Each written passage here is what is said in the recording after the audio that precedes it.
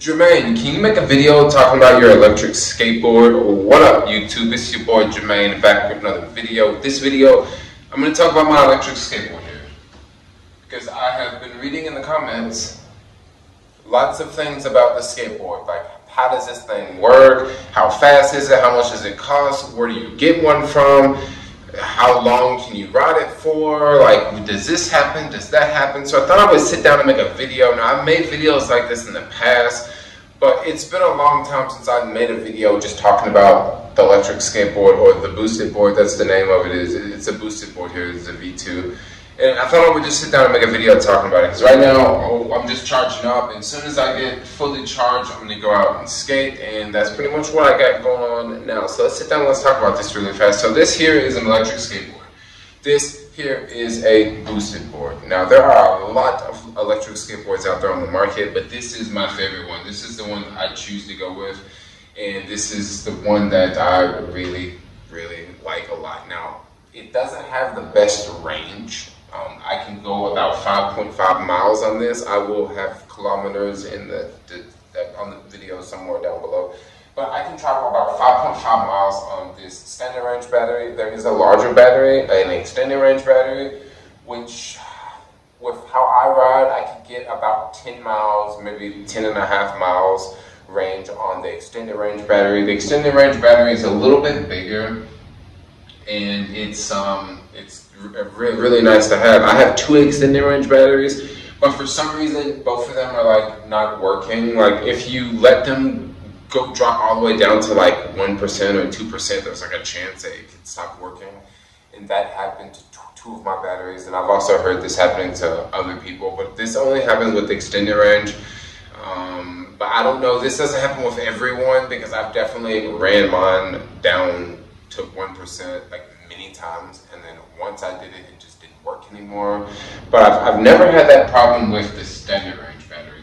So this here skateboard is pretty freaking awesome. You can do things like ride through traffic. You can get in between cars where a bike can't get in between. You can get in between places where a motorcycle just could not get in between. Just if you're in the city, it's a really, really good thing to have, okay?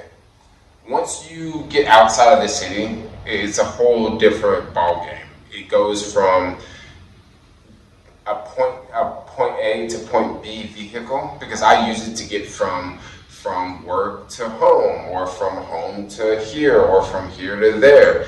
But once you leave the city, things are just a lot more spread out, and roads are a little bit different and stuff like that. So once you leave the city, it's not as convenient to use.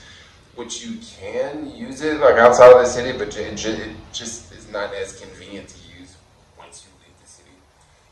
Now, what about the weight? This thing weighs about 15 pounds with this regular battery. With the extended range battery, if I'm not mistaken, it weighs about 16 or 17 pounds.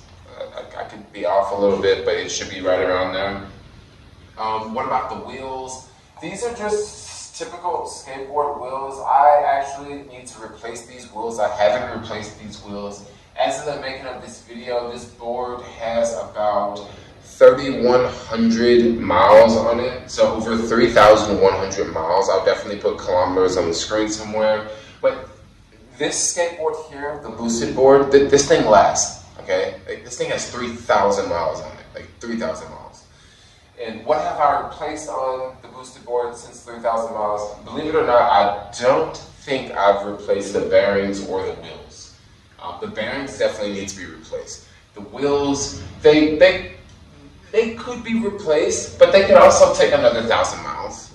Or maybe not another 1,000 miles. They could probably take another 500 miles or 1,000 miles. I'll probably end up putting 1,000 miles on these wheels just because they're not really chipping. This one's chipped a little bit, but this one is not really chipped, and the other back two wheels are not chipped at all.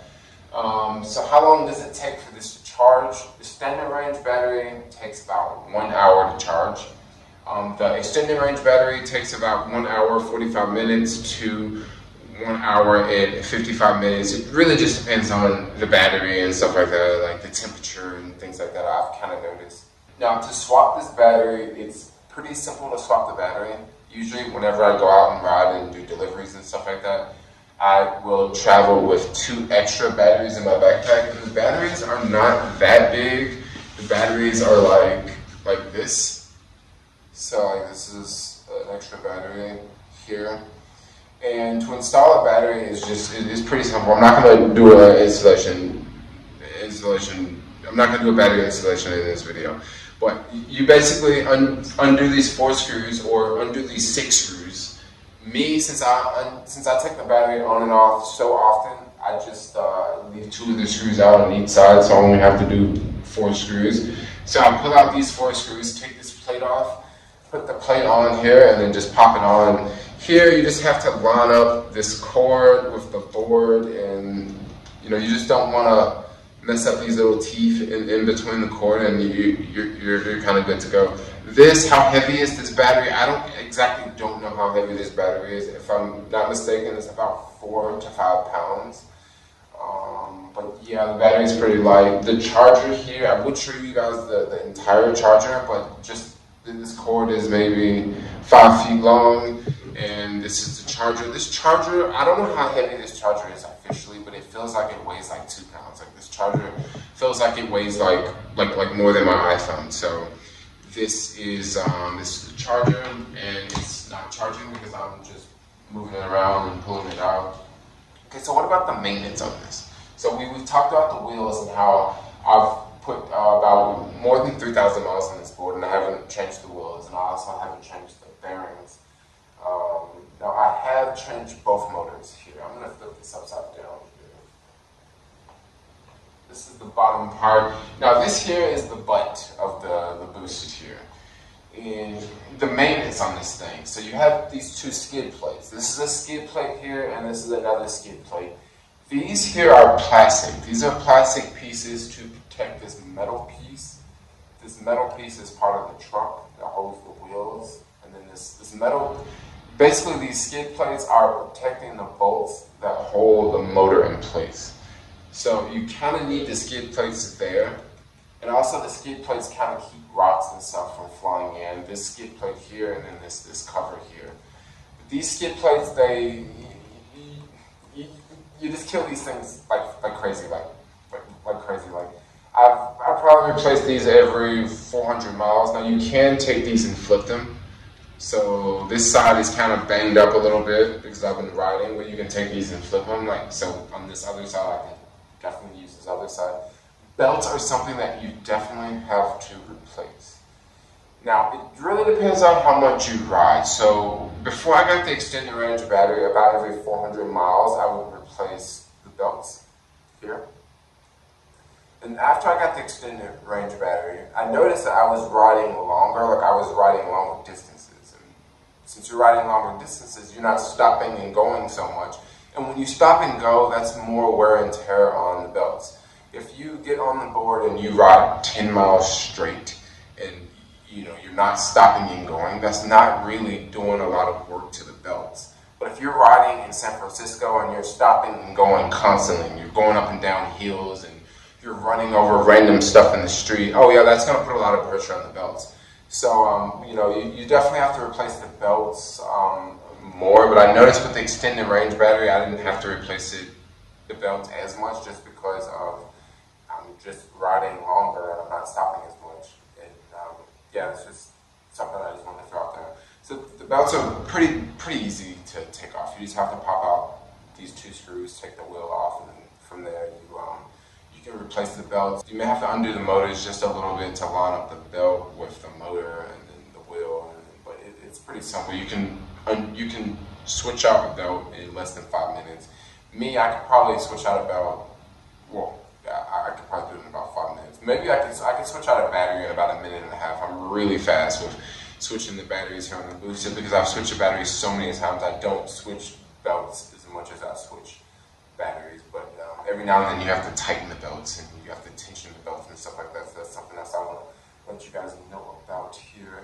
And this back area is, wow, this thing's still charging. These are your 2 motors here. And these are pretty simple to replace. I did a motor replacement. It took me about 5 minutes to replace one of these motors. So they don't take a long time to replace. This entire skateboard is very modular. You can just take it apart, very simple, and put it back together, very simple. These are the cords for the motor here, and whenever you switch out the motors, you just undo these cords and then you just put them back together. Very, very simple to undo. This here is the deck of the board. This is where the feet go. This is where you ride.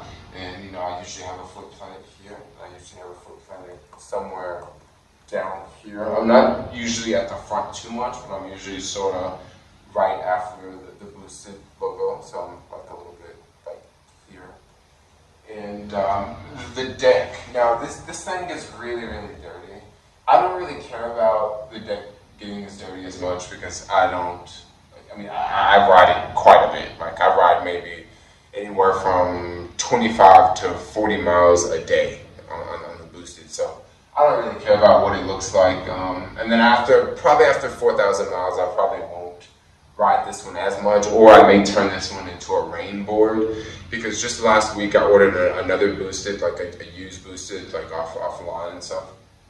And that one has way less miles than this one. So I'll probably be riding that one in the daytime. That'll be my main driver, and I'm thinking about using this one as a rain board, or possibly an experiment board.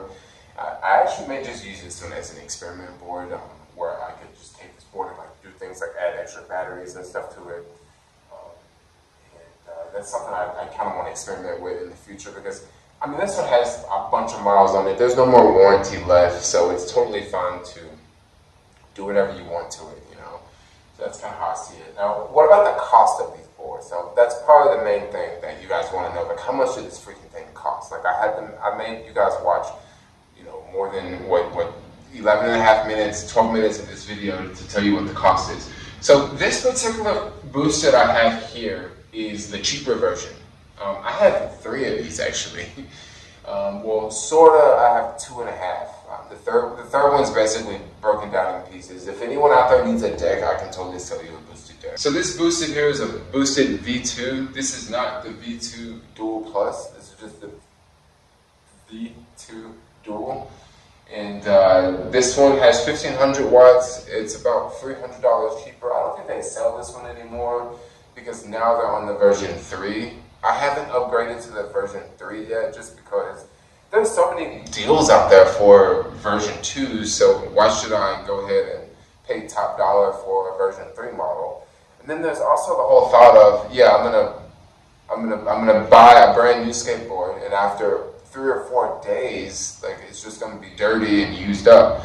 So I'm kind of liking the fact of just getting one used, you know, because at least it's much cheaper, and yeah, it doesn't, and most of them don't have that many miles on them when you buy them used.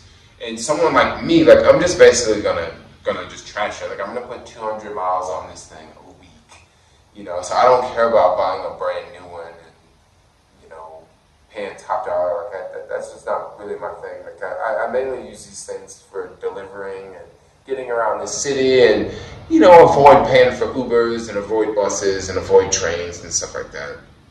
Earlier this year, I was traveling and I was in Sydney, Australia, and I actually took this boosted board with me, and I literally rode from the airport all the way to the hostel that I was staying at. Like, literally rode from the airport. Like, I thought that was pretty amazing. Like, I did that a couple times in Australia, actually, rode from the airport and just said, look, we don't need an Uber, we don't need to take the bus, we don't need to take the train. We can just take our electric skateboard. So these things are really, really great. Now, if you live in a place like San Francisco, it's just going to be amazing because they pay for themselves. Like, they literally pay for themselves in time and getting around and not taking Ubers. I mean, a lot of times you have to, I know a lot of people in this city that request Uber from the financial district and they go to the marina. They request Uber from the financial district and they go to, like, Potrero Hill. If you have one of these, that $20 Uber ride, that $15 Uber ride, I mean, think about how much one of these costs, $1,200 versus, you know, you're paying $15 a day in Uber. And it's not just the $15 a day, okay? It's not just the $15. It's the time that you spend in the Uber. Sometimes it may take 10 minutes for the Uber driver to arrive. And then after the Uber driver picks you up, it takes you 30 minutes to get from your place to your office, just because that particular day it was just a lot of traffic on the road. If you guys follow me on YouTube, if you see my videos online, like I don't have no traffic problems, yo. Traffic problems is just not a thing I have unless it's raining outside. Because if it's raining outside, I'm gonna have some problems because I can't be riding my boosted. You know, you're not supposed to ride these in the rain, but you know what? I still be out riding in the rain. Now, they don't recommend it, and I don't recommend it either, especially the lines in the street, like those white lines in the street, you know, the cross lines. Some of those lines can be really slick, and when these wheels hit those lines and it's wet, you can easily slip out and slide, you know. So I don't recommend it, and whenever I do ride in the rain, I ride really slow. Like, you don't see me cruising in the rain. Like, you don't see me just bombing hills in the rain. Like, usually if it's raining outside, I'm just keeping it at a slow pace, you know. Can't be bombing hills all the time, you know what I'm saying? Okay guys, you know I cannot forget the boosted remote. Now this is very, very important. You definitely need this to ride with.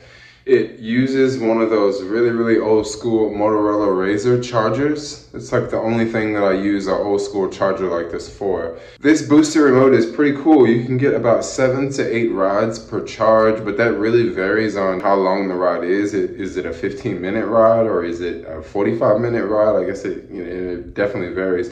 There is no brake on this remote. There is the trigger here. This is sort of, you have to have your finger on this button for anything to work. And then you pull back and you can hear the motors. And if you want to stop, because this is reverse, this is forward. Now when you want to stop, you just go the other way.